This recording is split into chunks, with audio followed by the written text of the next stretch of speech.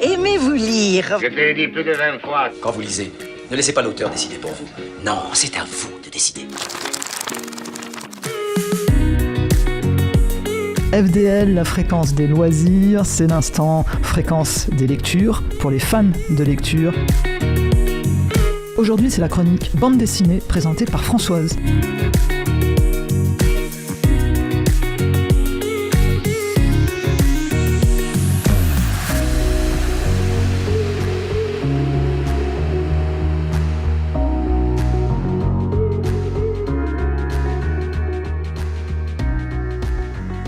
Je vous propose un manga qui se passe dans le monde des youtubeurs. Ce manga s'appelle Talento 7.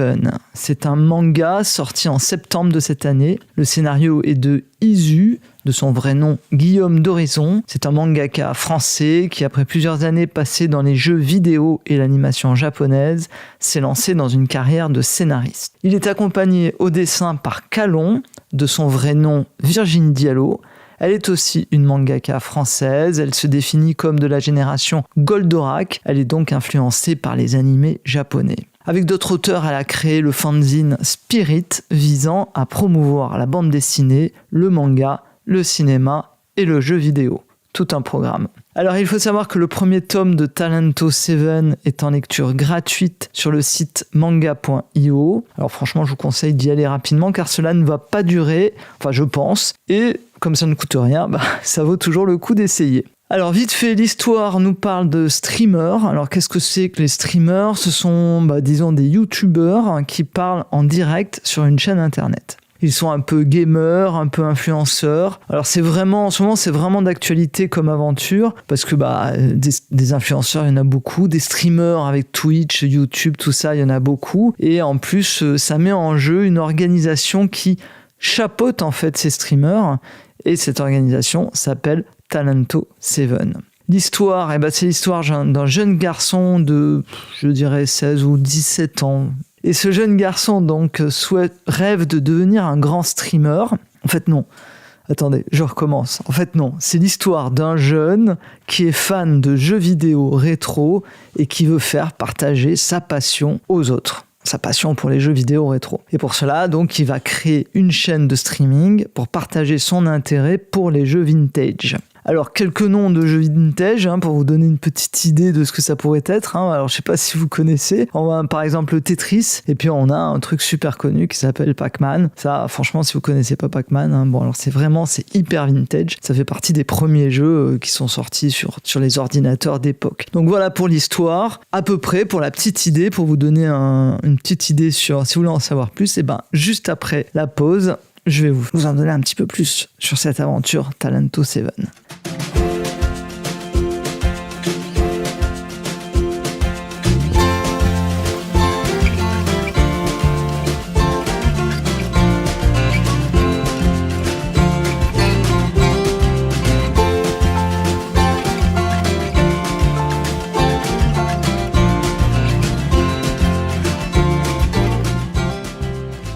Alors, Talento 7, c'est le titre du manga que je vous propose, mais c'est aussi dans l'histoire une entreprise c'est le nom d'une entreprise donc qui salarie des streamers. Donc des streamers, je vais vous expliquer, ce sont des personnes qui font des vidéos sur YouTube. L'histoire commence avec Adèle, notre héros. Alors je ne vais pas vous résumer le premier tome car je n'aime pas spoiler, mais bon, je vous raconte un peu parce que j'avoue que le début est franchement marrant, vraiment désopilant.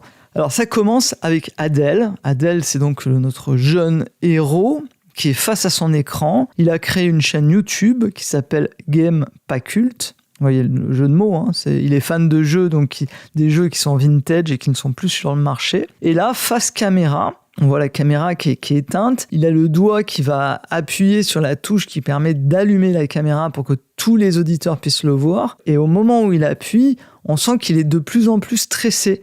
Mais vraiment stressé. Et il commence à parler, puisque la caméra et les gens sont là à le regarder, il commence à parler du jeu, et puis tout d'un coup, il se met à bégayer. Et d'un coup, le truc incroyable, il fond en larmes, il pleure, c'est-à-dire il se met vraiment à pleurer avec des larmes de crocodile qui coulent. Alors il n'a pas de chagrin, il renifle pas, c'est pas de la peine qu'il a, non, c'est des larmes toutes seules qui coulent abondamment sur ses joues. C'est bizarre quand même. Alors effectivement, ça fait un peu bizarre pour un youtubeur de se mettre à pleurer devant tous les gens qui le regardent. Et c'est un peu comme ça que commence l'histoire. Et ça nous met vraiment dans la peau du personnage. Dans le chapitre suivant, et là ça s'arrête, donc on le voit pleurer devant son auditoire. Et dans le chapitre suivant, il est à une conférence de youtubeurs. Il a un créneau dans une salle juste avant un youtubeur hyper connu. Il va pour commencer, mais voilà, il n'y a personne dans la salle. Le temps passe, et malgré tout, avec 30 minutes de retard, il se décide enfin à démarrer sa conférence, même s'il n'y a pas grand monde. Mais quand même, des jeunes, au bout de 30 minutes, vous voyez, des jeunes commencent à arriver dans la salle et commencent à s'asseoir. Mais enfin, ces jeunes, ils n'ont pas l'air très intéressés par ce qu'il dit. Bon, c'est pas grave. Adèle continue quand même à faire son speech. Mais c'est un peu la loose, en fait, comme on dit...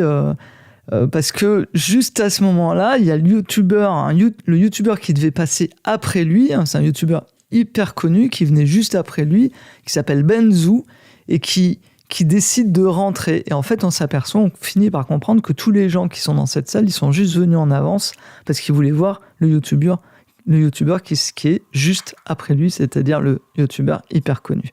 Voilà, j'ai un peu du mal à vous raconter, mais franchement, c'est pas mal. C'est pas mal.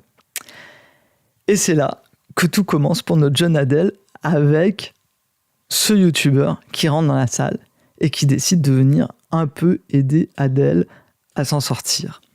Et peut-être que finalement, on va voir dans l'histoire que c'est peut-être Adèle qui va finir par aider le youtubeur super connu. Alors c'est clair que ce manga s'adresse aux jeunes fans de youtubeurs ou de streamers, ou surtout aux jeunes rêvant de devenir eux-mêmes youtubeurs. Tout est bien expliqué sur les relations des youtubeurs avec leurs abonnés, on y comprend aussi les enjeux et les difficultés d'être youtubeur. C'est un métier dans lequel il faut être passionné, attentif, travailleur, et surtout dans lequel, on le verra, il faut avoir beaucoup de relations. En fait, c'est tout au moins ce que nous présente en priorité ce tome 1. J'avoue que je suis resté un peu sur ma faim, j'attends avec impatience de voir comment tout cela va tourner pour Adèle, car en fait, si on y réfléchit bien, Adèle pourrait être n'importe quel jeune qui se lance dans le streaming.